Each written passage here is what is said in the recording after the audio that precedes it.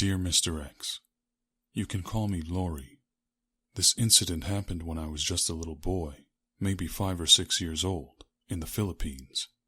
My mother and I used to sleep in the same bed.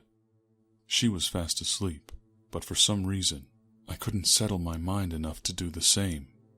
I remember it was around midnight, as I stared at my surroundings in the dark room, lying motionless in bed with a mild sense of isolation, despite the fact that my mother was right there.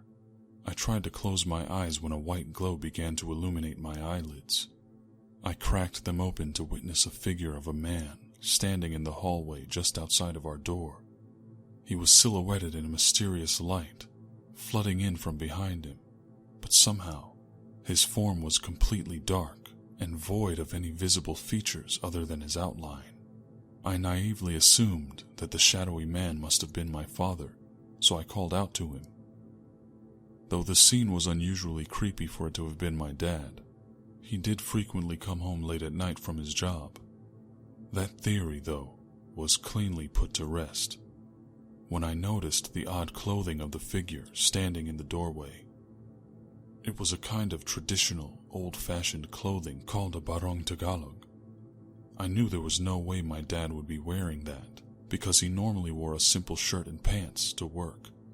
Stunned by the realization of a stranger in the house, I tried to wake my mother.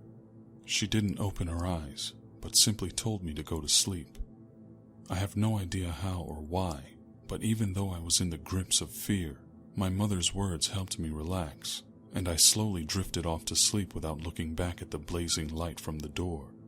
And over the years, I eventually forgot about the whole thing, since I never mentioned it to anyone. As it turns out, that was definitely a bad decision. Later, when I was 15 years old, on summer vacation, I went to my aunt's house for a visit. I always loved it there because my aunt kept a special room just for me. It was a bit nicer than the room I had at home, and even had its own bathroom. Unfortunately, I had no idea that this time I would have an uninvited guest. As soon as I got to her house, I ran right up to the bathroom for a shower. The water was pleasantly cool as it ran over my face. My eyes were closed. My mind slowly relaxed into a state of utter calm and security. But just as I reached that point, it was all suddenly taken away when I felt the intense presence of someone near me, coming closer and closer to me from behind. As I tried to quickly wipe the soapy water from my eyes to check what was there, I felt a frigid, cold breath of air billowing down my neck and back. When I finally was able to see, there was nothing there. It was a slight relief, but things got weird again when it came time to go to bed. Just like the time with my mother, I found myself to be the last person awake in the house. I got the feeling of someone standing right by the side of my bed, another dark presence. Seeing nothing there, I simply ignored it and turned to my left side. Moments later, I felt the right side of my bed being compressed under the weight of what seemed to be a human body. I started to feel breathing against the back of my neck, which got closer with each breath.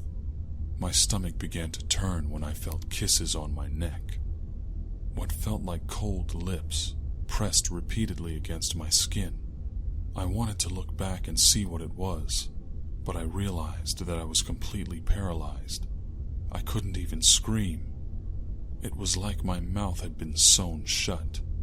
And worst of all, I felt a hand slide over my hip and down into my pants. It was then that I knew for sure that whatever it was a man. I could see the vague outline of a dark, shadowy arm embracing me. I felt the tears run down my face, soaking into my pillow as his fingers wandered around my private parts. I began to sob deeply, completely bewildered by the whole situation. Suddenly, my uncle heard me crying and came to the door of my room. I watched as he sprinted away, returning seconds later with a kitchen knife, shouting at the top of his lungs. The shadow man leapt up from my bed and ran to the darkest corner of my room.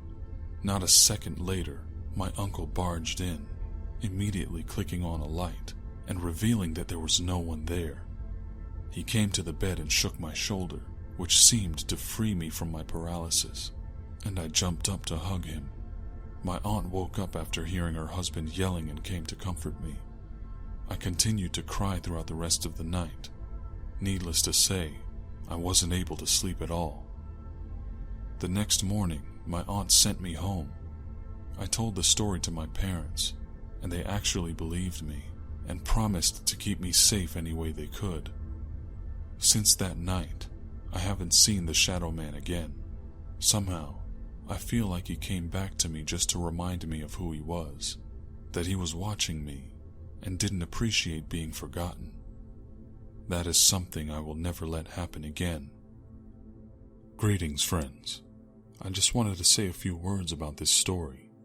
It kind of has a very personal aspect to it that I have to thank my friend Lori for coming out and sharing that with us, because having such an experience must have been extremely traumatizing, especially for a young man, the age of 15. Couldn't imagine what it would be like myself. However, I do have a certain series of experiences that you guys will be hearing about pretty soon. As some of you may know, my family and I have had a history with shadow people. We kind of seem to run into them a little bit more often than your average family. There's a peculiar variation of this entity that I've been encountering over the past several years. One that's very unique in that I've never been able to find anyone who's had encounters with a creature or an entity with a similar profile, a similar MO to this one. As a part of a very special collaborative project, I wrote up that particular story and sent it over to my good friend Unit 522. He'll be reading that on my behalf over on his channel, and when it comes along, I'll make sure that you guys have access to that if you're not already up to date on his content. He's a good friend of mine, and I've worked with him many times at this point. But just to give you a quick preview, the entity I'm describing to you, the entity I'm talking about, and you'll be hearing a lot more detail in Unit 522's video, it's someone I come to call the Freezing Man. Essentially what happens is he comes to me in the night and inflicts upon me a kind of paralysis that is extremely painful, and much like this entity that Lori was dealing with, it seems to be only trying to send me some kind of message, perhaps that I'm not in control, or that this creature, whatever it is, this entity, has the power to do as it pleases at any moment, even in my most vulnerable state, which is when I'm sleeping or hovering at the precipice of unconsciousness. Anyway, I want you to have a great night tonight. Be free of torment from any kind of negative energy. And my sincere hope is that the next time you hear my voice, you'll be in good health and in good spirits. I'm Mr. X, and may your nights be full of dreams. Oh, and by the way, my favorite color is gray, just in case you'd like to know.